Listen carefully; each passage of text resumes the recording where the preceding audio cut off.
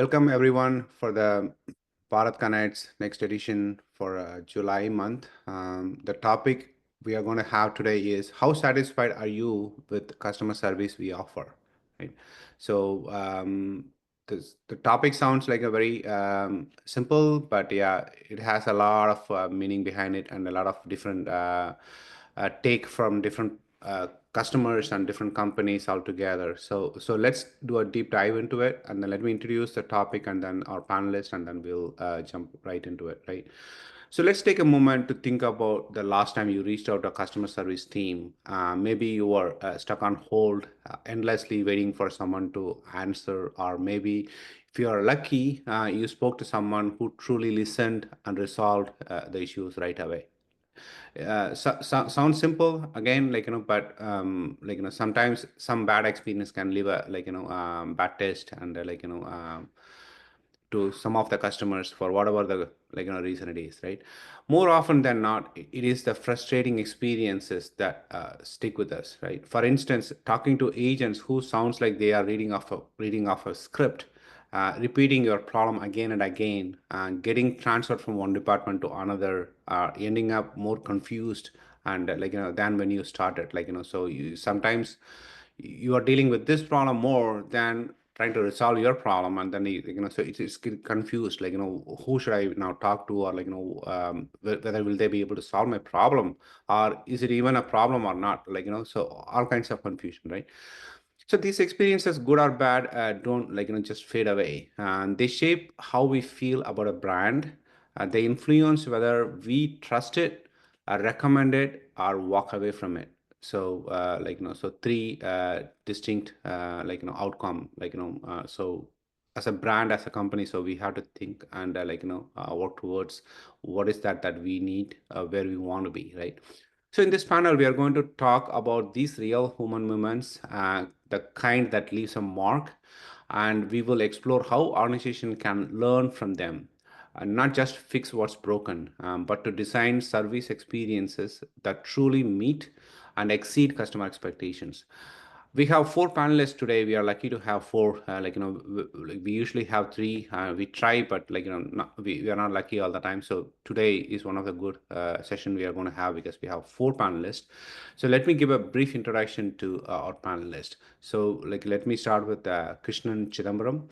We are pleased to have Krishnan Chidambaram with us. He is a principal consultant at Wipro and Salesforce specialist with over 16 years of experience in IT. He holds 23 Salesforce certifications and has led global implementation across industries like science, banking, and regulations. With a deep expertise in Service Cloud and customer experience transformation, Krishnan holds technology and user experience to deliver scalable, human-centered solutions. His work has helped organizations simplify complex systems and elevate customer engagement at scale. We are happy to have you, Krishnan. Welcome aboard. Hey, thank you. Glad to be part of the panel. Thank you. Sure, thank you. And next, we'll introduce Nandan Kamat. We are excited to have Nandan with us today, a seasoned customer experience leader with over 15 years of experience across Zinzi, Gamescraft, Amazon, and more. At Zinzi, he heads customer support and had innovations like a AI-driven self-service portal that improved CSAT by 28% and cut support queries by 25%. Previously at Gamescraft, he introduced an app and WhatsApp for business, a few customer experience first in the real money gaming space. Nandan brings a powerful blend of operational expertise and customer empathy, making him a strong voice on how technology and strategy can transform customer experience. We are happy to have you with us, Nandan. Welcome aboard. Thank you. Thank you so much. It's my pleasure. Good. Thank you. And next, Kailash Swami. We are happy to have Kailash Swami with us, an accomplished customer experience leader with over 15 years in customer service and operations. At L&T Finance, he led over 130 members team across 11 business units, driving improvements in first contact resolution and NPS while ensuring strict regulatory compliance. Now, the head of customer service at Parag Milk Foods and Kailash specializes in CRM optimization, automation, and customer experience strategies. Yeah, PMP and Six Sigma professional, he combines operational precision with a passion for innovation and even has experience leading high altitude tracks. So that's interesting. Like, a hobby to have, I guess. Not many of us have. Thank you for joining us, Kailash.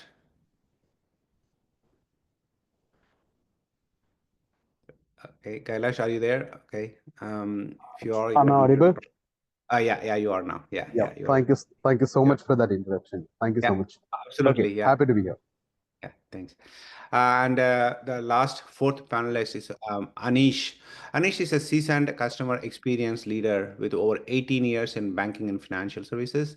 Since May 2024, he has functioned as a unit head customer experience at Equitas Bank, where he champions process redesign, boosts net promoter scores, and embeds lean Six Sigma methods for continuous improvements.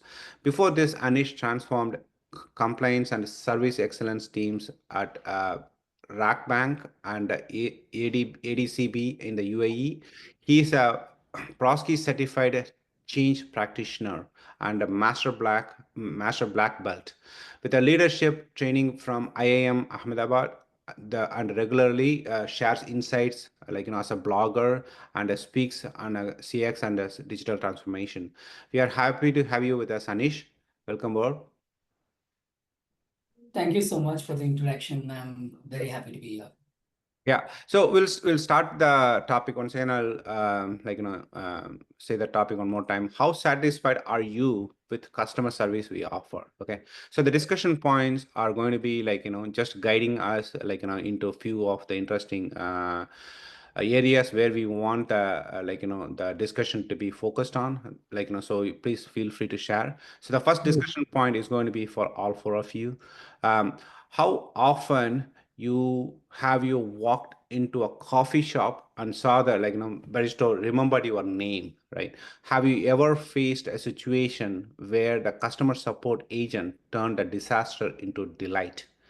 These are unforgettable moments that you would never forget. Would you?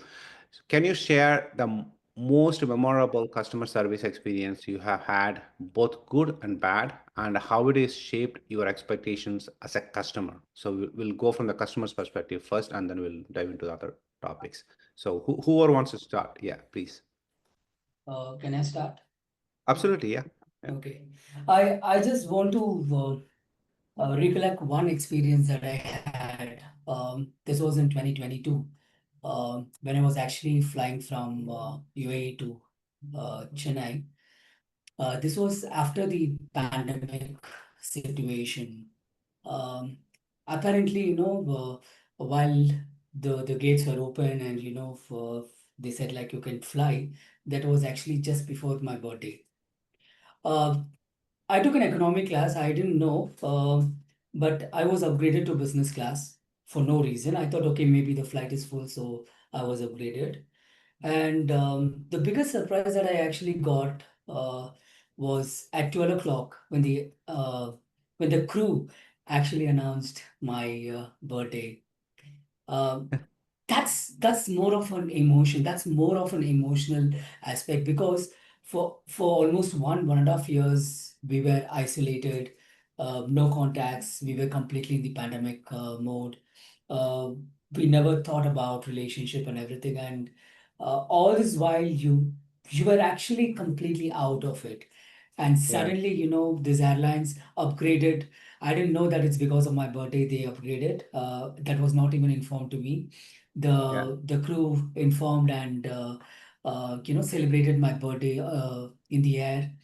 I think that's the kind of it is the wow moment that I actually had absolutely. Yeah, more than anything. I think that's something that I think is very close, and that has actually made me very loyal to these airlines. So whenever I want to travel, I don't travel with any of the airlines other than Emirates, especially if it is UAE to India Yeah. or any other places.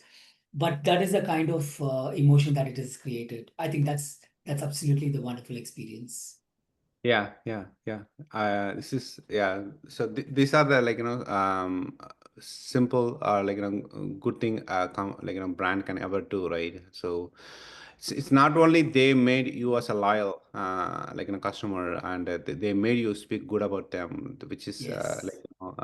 it's not an easy thing to do, given the competition and, all the different challenges they go through. In fact, I've written a complete LinkedIn post on that 3 years back. Yeah, So, that's the kind of service.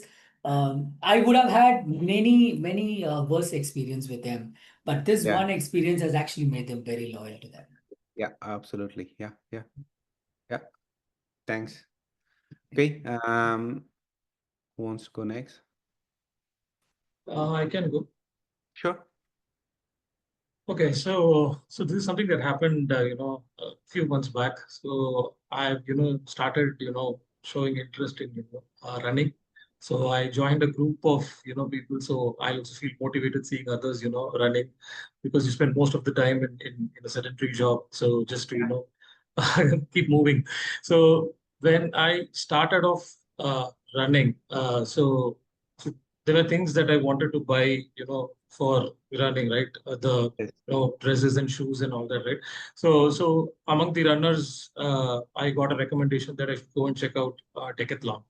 So, and I've never, been a big sports enthusiast. So this is the Yeah. first time, going to Mhm. Decathlon, and the range and the size of stuff that is available there, the variety that is on offer.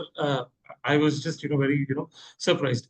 And on top of it, the staff who are there, who sort of guide you on things, right?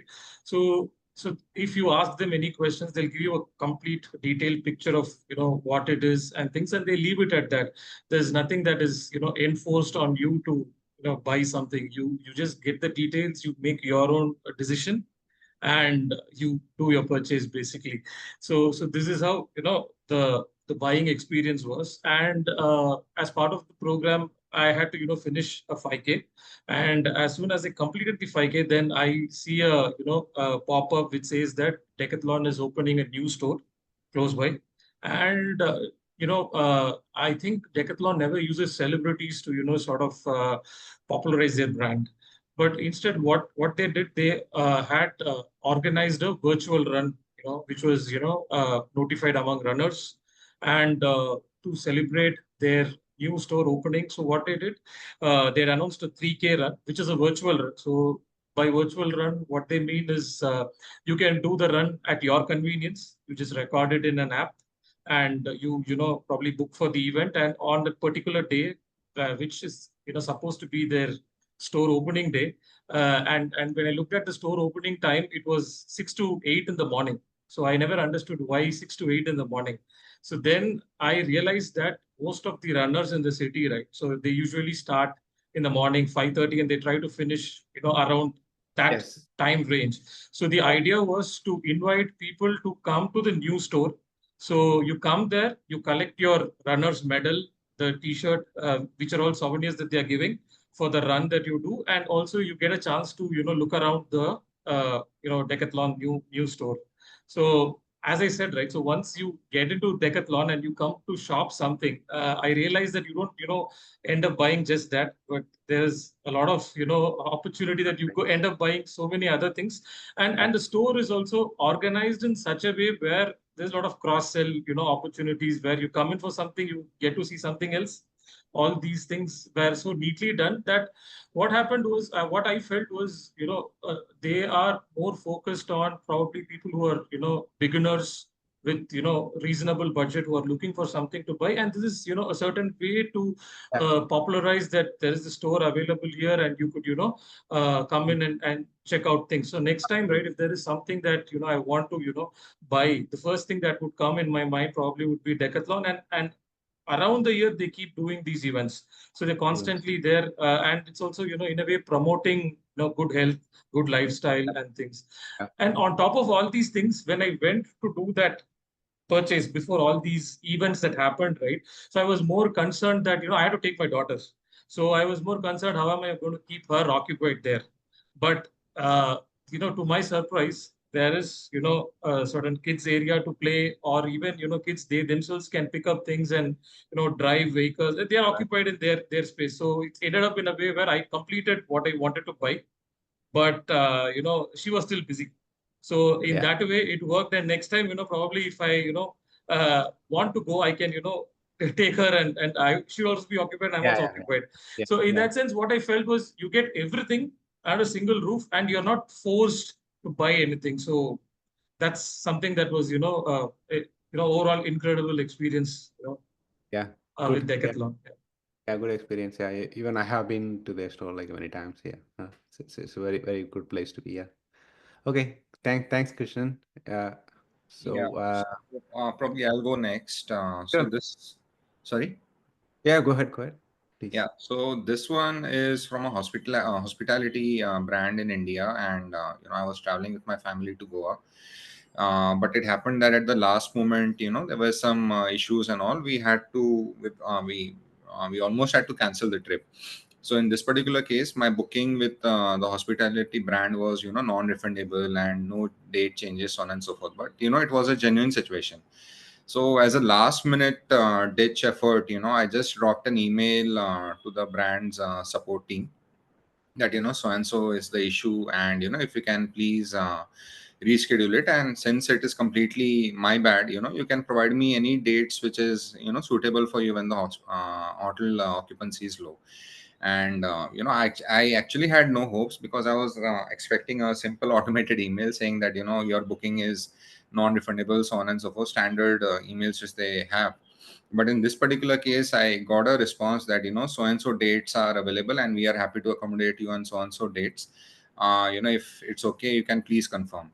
So it's not that typically so I was really surprised that without any effort, just transparency from my side, and the brand has been so accommodative and so empathetic, which we say that how to show empathy, then this is how you show empathy.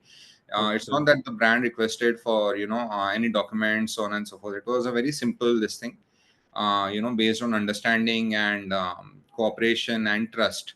So Vivanta was the brand, and this incident actually happened a decade ago. Okay. But I still remember it, because this was one of the most frictionless experience in terms of date changes, when the so-called SOP must have said that no need to do this, so on and so forth. So a brand going out of the way to accommodate one of the many thousand guests, was really amazing and touching. So this is an experience which I wanted to share. Yeah, absolutely. Yeah, good one. Yeah. Okay. Waiting to All right. Kailash. So, yeah, would love to. Okay. See, I have an experience of mine and one of my agent also. Okay, which Okay. has been replicated by my agent, and it's my own experience also. So when it comes Okay. to, I was traveling to Arunachal, and Arunachal was like one of the place where the network is not it's that quite often. I mean, you have it always with you. Okay, so Yeah. once you're traveling there, you're supposed to carry the BSNL SIM cards and all. Otherwise, like in BSNL also doesn't work in certain areas due to heavy military areas and all. So I was like there into a banking transactions, whereas I was expecting a remittance which was coming from abroad. Okay, and due to which the bank were constantly were trying to reach me due to some certain formalities were supposed to be done. Okay, and that was in way back during that Galwan Valley incident which was happening there, and during that time frame I was there in that Arunachal Pradesh area. So I just got a call from the bank stating that this is how it is. Okay, and you are supposed to be available after 2 days also, at least on the call. And I was standing at the border of Guwahati. I was supposed to travel inside, and certain formalities has to be done. We require a consent from you. So, but that has to be done post after 2 days. After 2 days, this has to be done, not at this point in time, and I cannot leave my entire trip and then come back directly, stay for this specific thing, to stay back there in the Guwahati and get this completed. Now the agent, what he has offered me, that is the best solution. I still remember that call. Okay, he said, I'll just go extra mile. I'll take your concerns off. Okay, I'll complete the formalities on your behalf. After 2 days, whatever the formalities are going to get completed, I'll take the consent for that as on today from you on this recorded call. Okay, I'll complete those formalities now within 2 days. So, of course, after 2 days, the consent what I'm requiring from you, that I do not require it. Okay, so in that way, he have completed. He did not breach the policies also. He took the consent from his manager. That way, I can go ahead and help to the customers. That way, he have helped me out. I still remember that call. That was such a beautiful thing. Okay, so that was so there are certain SOPs. What we have is SOPs are meant to, uh, provide the end-to-end good service to the customer. Okay, ultimate goal for all the SOPs, all the BRDs, all the systems are to make the customer satisfied. If the customer is not satisfied, though we know that the customer is genuine. Okay, but sometimes SOP they themselves stop us in order to go ahead and provide those services, isn't it? Okay, but that person have breached those SOPs with the consent of his management, and he have provided me the services. I still remember that call. And post I came back from there, I after a week of time, all the requirements was fulfilled. I did appreciate it. I sent an email to his management and all, stating that that was the best thing. He could have done that for me. Otherwise, all that I had to wait for a longer time in order to receive that remittances and all the formalities has to be followed. Yeah. So that's a small experience what I'm having. And I Yeah. gave this example to my team Yeah. member when I went in a banking in the L&D finance, following up the same thing. In the Galma, post, there was a military person, that they do not ideally carry the cell phone. One of my agents helped my military person, the Indian military person, in the same way, stating that they do not carry the cell phone with them for a month of time frame and all and all. So he Yeah. said, I can avail the services, I can provide the consent at this point in time. So he upfrontly remember that that way we can go ahead, we can pass on our extra service. We can go on a milestone, we can cross the milestone, and we can provide the services to the customers. So that way Yeah. he came to me stating that, sir, like way you remember, you gave me that example.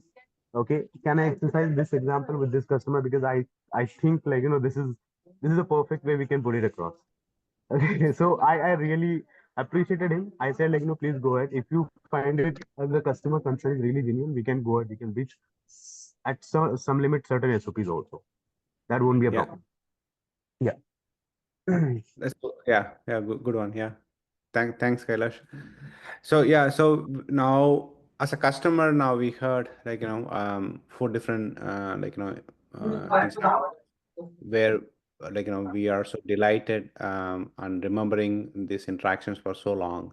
And in most cases, one thing that is common that comes out is there was a human touch, and someone was able to understand on the other side, and able to do the right thing at the right time, and take care of the customer, being empathetic to the situation, and being there, uh, provide their service for all the good reasons, right?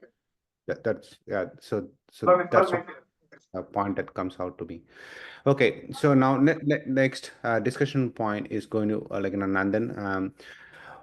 What if agent had to switch between multiple screens before they can answer a customer query? What if the agent had to deal with clunky and confusing interfaces? And this is going to directly affect the customer experience they offer. How can you close this gap? How do you improve employee experience and bring a stronger customer-centric mindset within your teams and processes? Yeah, so this is a very typical scenario wherein the agent has to go to multiple screens, and so there are a lot of upstream and downstream impacts of this. The upstream impact is very obvious that the wait time is high, the accuracy of the solution which the agent is going to provide is not going to be, it's not going to be to the point. Third is the attrition which this is going to cause, because obviously it is a lot of strain on the agent to move through different screens, and obviously for the customer as well, to again and again quote the problem and the different details which the agent is obviously going to ask for. So to name a few, these are the obvious upstream impact. In terms of the downstream impact, obviously this means that the company's systems are not as optimized. You probably have different services and different UIs. So this is obviously a cost to the company as well, because you are investing in as many systems and creating as many different UIs and interfaces for the agent to solve the customer's problem. So this is on the internal impact in terms of cost and system efficiency for the company, as well as the upstream impact. Yeah. A typical solution for this, which I did in GamesCraft, which is my previous company, is that integrating everything into a single system, wherein we were using as a CRM, we were using Freshdesk. So to populate the customer information, pulling the information from different systems and populate it on a single interface using Freshdesk, this is something which we tried. Further, making the system intelligent. The issue which is selected by the customer, information specifically pertaining to that only was populated on Freshdesk to make the agent's life simpler. So at the initial level, these were all the improvements or the automations which we did to integrate and bring the system on a single platform. From the backend side, again, what we tried was we tried to create unified internal CRM, a unified CRM, wherein all the information from different systems was being pooled. So this is something which we did again, and so this is something which helped reduce the average handle time of the queries by 45%. It also impacted the CSAT because the agent was able to give faster and more accurate resolutions to the customer. So this was on the on the interface part. So this is how we try to solve it, and it's a very important point to resolve for the customers as well, and for the agent as well, and obviously for the company as well. Yeah. So it takes some thought process to put together and design up way how we can get Exactly.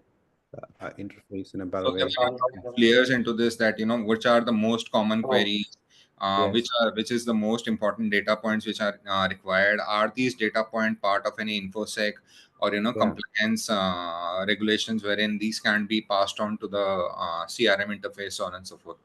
So a lot of thought process went into that, a lot of cost analysis went into that. Yeah. Absolutely. Yeah. Wow. Anyone wants to add anything to it, or otherwise we'll move to the next one. Yeah, sure. I think, from Yes. what, Nandan was mentioning, right?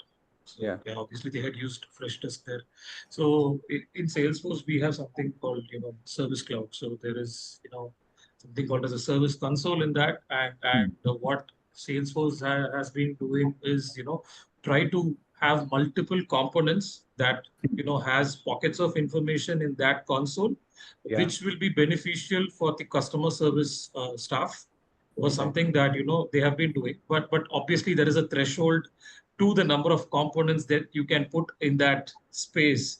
So in addition to this, you also have ways by which you can surface knowledge articles which the agents can refer to based on the conversation. But all these were kind of rules driven.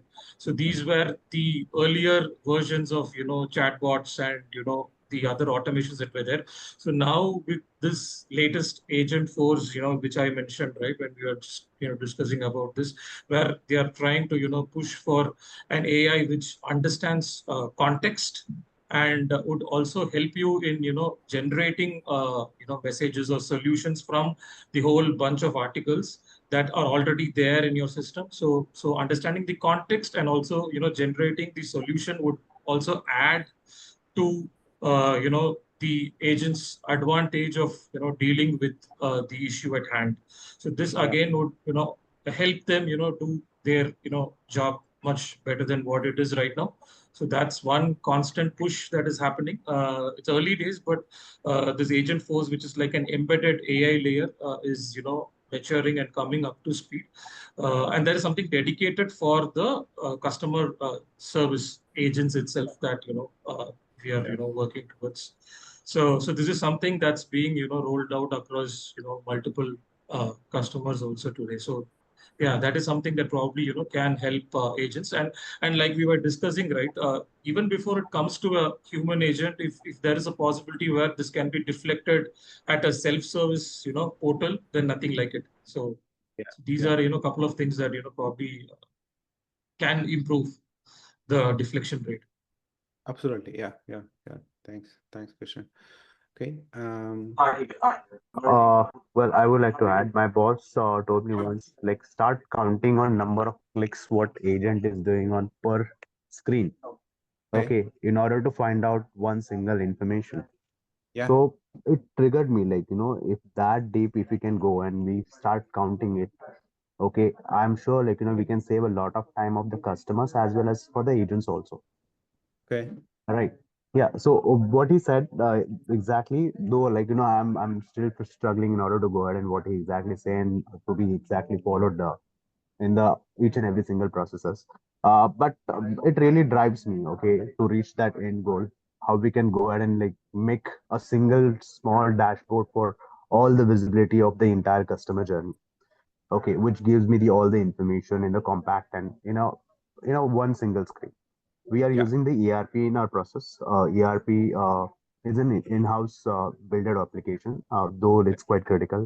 A lot of Okay. informations are here and there for transactions. We are supposed to go somewhere else when it comes to uh, the customer journey when he have started, the total consumptions of the milk, the proof of deliveries, Yeah.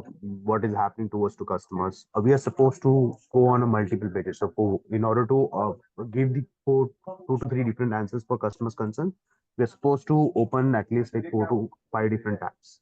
So in order to tackle that, what we have designed, in the ERP itself, though we are bringing the Salesforce, which is there in the place now, which is in under WIP, we have bought a single dashboard page.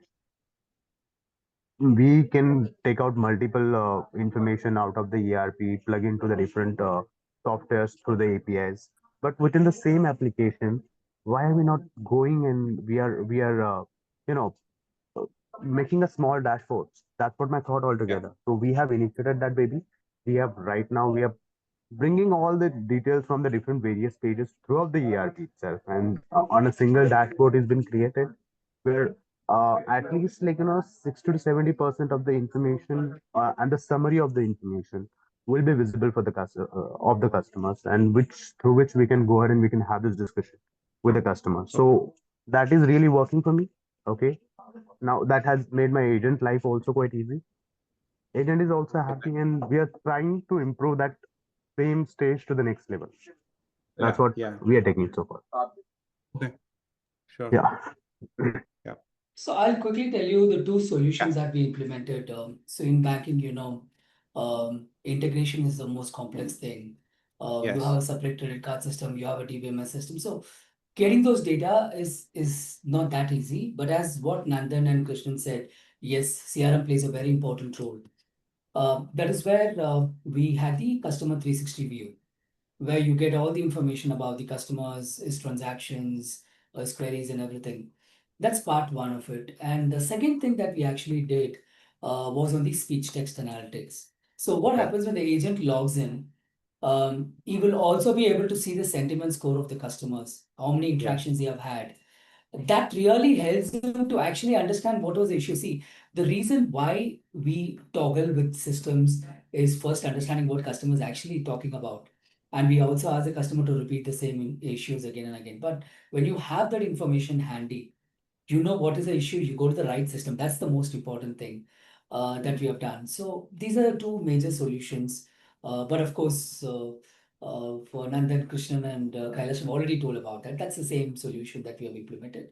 Apart from this, we have used AI as part of Yeah. the solution. Yeah. Yeah. Absolutely. Thanks, Anish. So next discussion point, we'll start with you, Anish. When a customer experience goes wrong, like missed deliveries, service failure, or a billing errors, what can you do to turn that frustration into a moment of loyalty? Can you give some examples of a scenario like this? No, absolutely. And this is something very, very common, especially when there are missed deliveries. I'll give you an example that has actually happened to me, but just before that, the most important thing for a customer here is assurance. Now, don't give false commitments. The first thing is accepting that yes, there is a delay, and second thing, you give that commitment, you give the assurance, and that is exactly what customer wants. So that's the trust that he's going to have with the brand. And the third thing, how are you solving my issue? Are you solving to best possible ways of doing it, or is it like, okay, I just want to solve the issue, it might take 2 days, it might take 3 days, and I just wait for it. So these are the three major components. I'll tell you one example that I had. Again, this is a decade old, like how Nandan was able to recollect this. I don't know if that even exists today. We had something on Rediff shopping uh, way back. I think I'm talking about even before I went to UAE, where I wanted to gift. So back then, Yeah. I want to gift my girlfriend. I want to gift on a birthday. The delivery was missed, and that was like the most upsetting thing because you plan something for a birthday. They said like they will be delivering on the same day, and they did not do that. I called the customer care. They were feeling very sorry about it, but I said yes, I missed it. No, that's one thing that I really don't want. But then, just 3 hours later, uh, I saw a representative coming actually from Rediff with a bouquet, with a gift and a compensation for that, whatever delivery it got delayed. It got delayed because of some transit issues from Mumbai to Chennai. But what I actually saw that in 3 hours, this guy who actually works in Rediff has picked that parcel. He has come all the way to the delivery address with a bouquet, asking sorry, and for giving this. See, all these things, what I see, one thing that I always feel, what automation or AI cannot do is the emotional aspect of that customer, that touch and feel. This is something that I think when you talk about customer experience, when you talk about customer service, this is one thing that I always feel that the feeling, the emotion, the touch, that's exactly what is customer experience all about. So I had this wonderful experience, which Yeah. was a disaster, but it turned into a very, very good experience for me.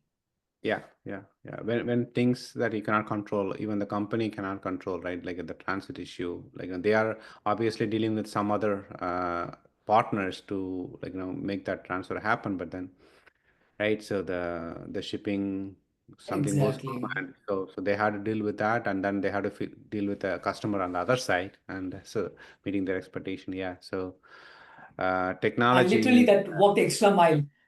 Yeah, And literally yeah. that word that it happened, walked extra mile. They actually took that extra mile to come and deliver that to me. Yeah, So that like you mentioned, that can be only done by a human, right?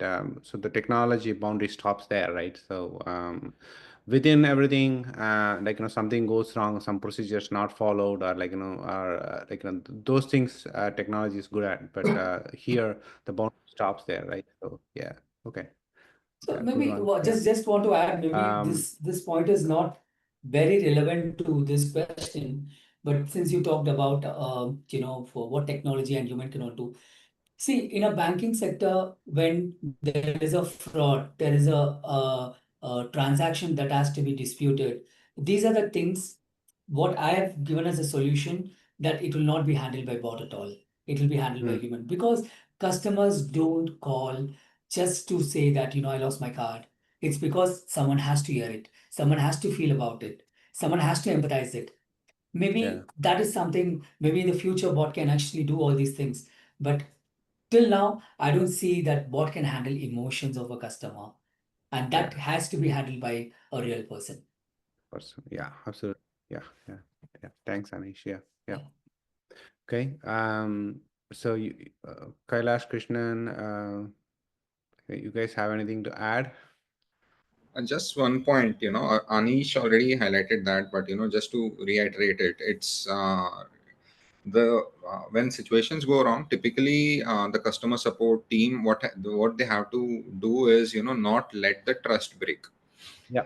When you say not let the trust break, first is the transparency. So the example which Anish gave, the brand was very transparent to say that, there was a transport issue, so on and so forth, and then create a wow moment by, going all out and, delivering it. So typically, when customer is facing an issue, business will, try to conserve their margins. Product will, try to, maintain their timelines, so on and so forth, and they will try to push it as much as possible. But it is the customer support team who have to be the voice and the advocate of the customer to ensure that, the trust is not broken. That is the bread and butter, and what we are supposed to do when, things go awry. Yeah, absolutely. Yeah. Okay. So let's move on to the next discussion point then. Can you give examples of how you have handled a customer situation with empathy, especially while dealing with angry or downright disappointed customers? Do you think that empathy in customer service can be taught? How do you build empathy into frontline teams at scale? See, Okay, so oh yeah, please go ahead. I'm sorry. no problem. Okay, so empathy. Okay, in my view, right? Not everybody is born probably with that same measure of empathy, is what I would say. It's going to be in varying degrees. So in a professional setting, especially in a customer-facing role, uh, you know, empathy can be taught, is what I believe. So through structured trainings and whatever is necessary for that particular role.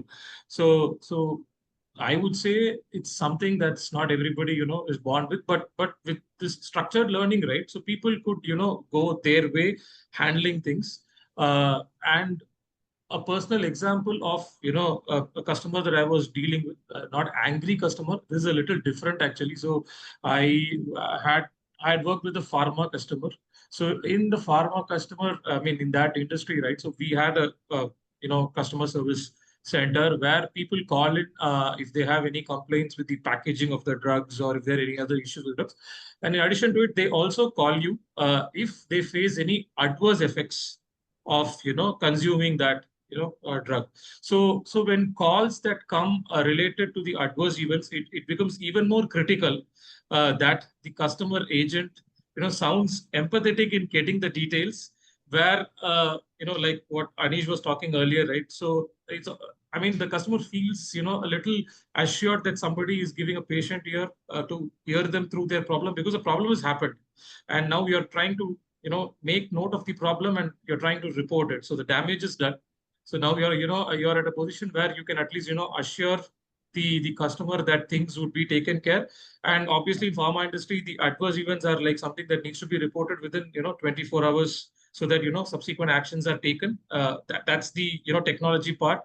You have the notes that are there for assistance, which the customer staff can look through, read. All that is there. But in addition to all this, when things like this, whether the person is frustrated or it's sensitive like this, I think giving a patient empathetic ear would always help uh, the customer, is what I feel. Yeah.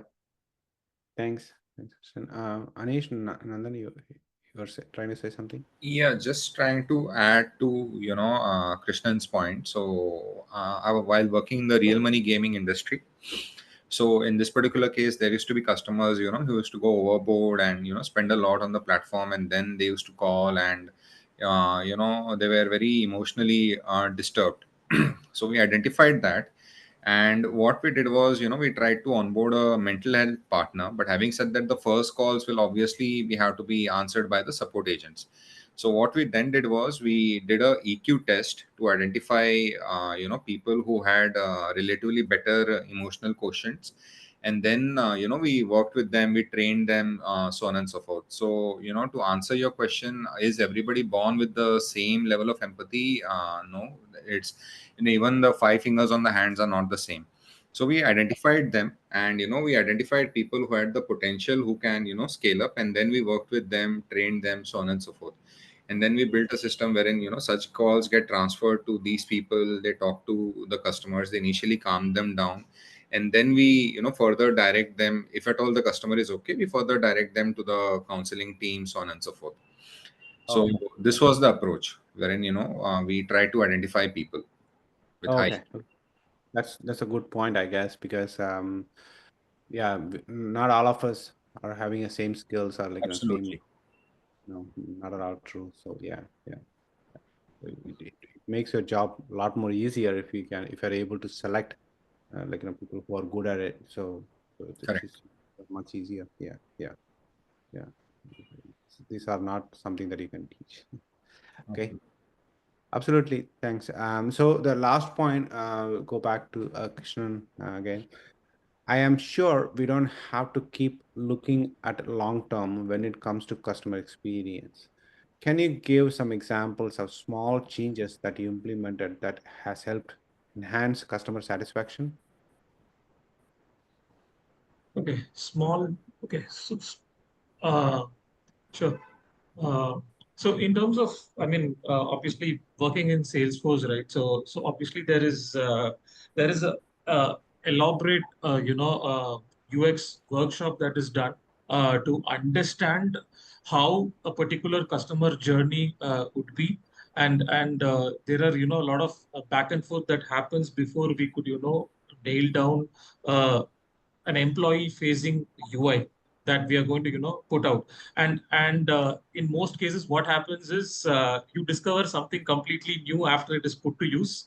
Uh, so so you would have designed everything with certain thought process and things in mind, and the end user ultimately would come and use this totally differently, right? So we started observing these things, and took notes of this, and in the subsequent iterations we worked on things that would make their job easy, and at the same time not compromising on the UI UX experience. From a Salesforce standpoint, yes, this is what we have been doing. It's closely observing the users, and especially when it's a portal that is facing the end customer.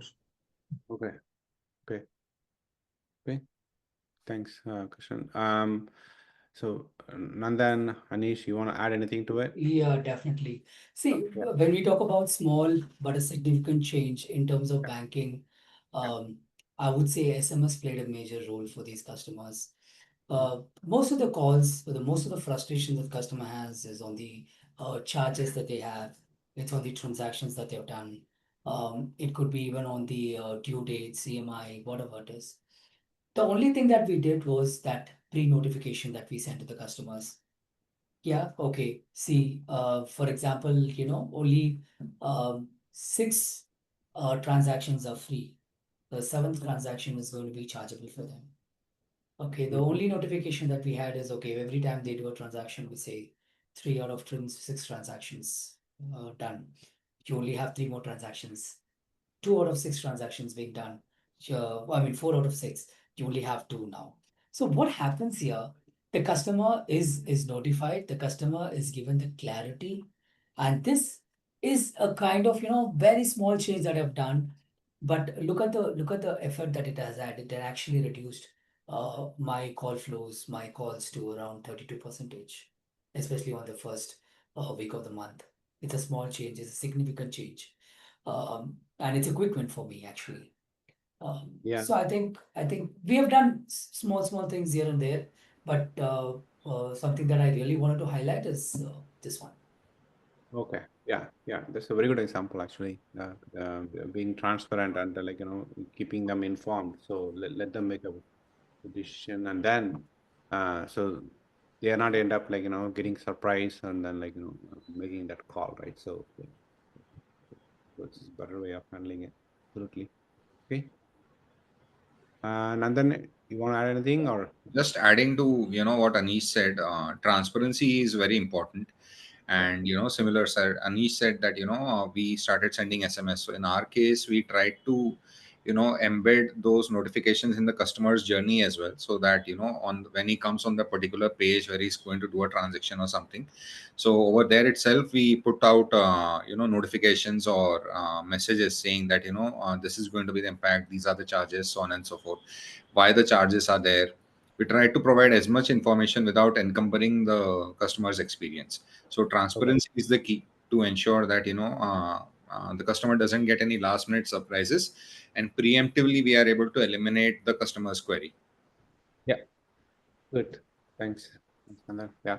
So that brings us to the end of the discussion points. So so audience, if you have any questions, please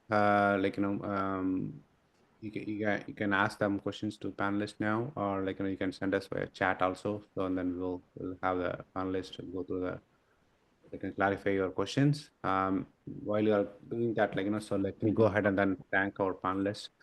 So thanks all four of you, being here during your busy schedule and helping us to understand this stuff topic and sharing your experiences. We appreciate it, and so we looking forward to talk to you in future sessions, same format or different formats, so we are open for even blog and other approaches. So we have people who can help you with getting that finished and all that. So if you have some thought, if you have some ideas, so you can discuss, and then we'll help you get that done, and then published. So please feel free so to be in touch with us, and we appreciate your help. So with that, audience, any questions or any text, anything, Abdul, anything so far? We have 4 minutes. Okay, I can see one question in the chat. Yeah. And I would really like to take it up. Is feedback impacting the agent? Honestly speaking, customer feedback matters to us. So I know it's out of frustrations you're giving us the rating. It's out of frustrations you're giving it, but it's not about the agent. It's about the brand. So that is one thing that we always train the agent, that the customer is not scolding you. The customer is not angry with you. They are angry with that situation. They are angry with the brand. And you are someone who's facing them. That's it. So we try to improve, we try to hear the voice, we try to solve that issues, and we make sure that this does not happen in future. So it will not, I won't say it is going to have a negative impact on the agent. Agent is going to be fired. It's not like that. But unless and until if there is something seriously wrong with the agent. But everything goes through the deep dive analysis. We understand and we try to solve the problem. So yeah. Thanks. Nice. Okay, any other questions? Second question is, how can personalization help during recovery from a negative customer interaction? So with regards to this, I can take this up. So when we say personalization, typically it's like, we are aware of the customer issue, we are working on the customer issue, so on and so forth. Now when we are trying to do that, when we say personalization, when say the customer calls or writes an email, we start off from by informing the customer what we are doing, instead of asking him again to verify and ask his problem again. So that is the worst which we can do to the customer in such a scenario. So obviously personalization is very critical, especially when we are dealing with a already irritated customer, so on and so forth. And when I say personalization, it's like already knowing the entire end-to-end issue, and giving the customer an update on where we are as of now, and by when can tentatively his problem be solved. So that is what personalization means to me. Yeah. Okay. Thanks. Okay. Companies compensate for bad experiences. It depends on the the situation per se. If the situation has caused a significant financial or emotional distress to the customer, obviously he or she should be compensated. So again, it's a case to case basis. There is no thumb rule per se, but typically if it has caused any sort of harm to the customer, obviously he or she should be compensated. Yeah, absolutely. Yeah, there are many instances where you just talk to them and then understand and then explain is good enough. Sometimes you have to go out of the way and provide some alternative solutions or like, different dates if it is like, hotel or something like, so travel industry. So yeah, there are a lot of, uncertainties there. Yeah. Okay. Okay, so if there are no more questions, I think we are coming to an end. We are right on time. So once again, like, thanks so much, Yeah, Anish, Krishnan, and Kailash, for being here and explaining us, helping us understand. Appreciate all your time and help. So looking forward to talking to you all sometime in future. And so absolutely. yeah, yeah. Absolutely.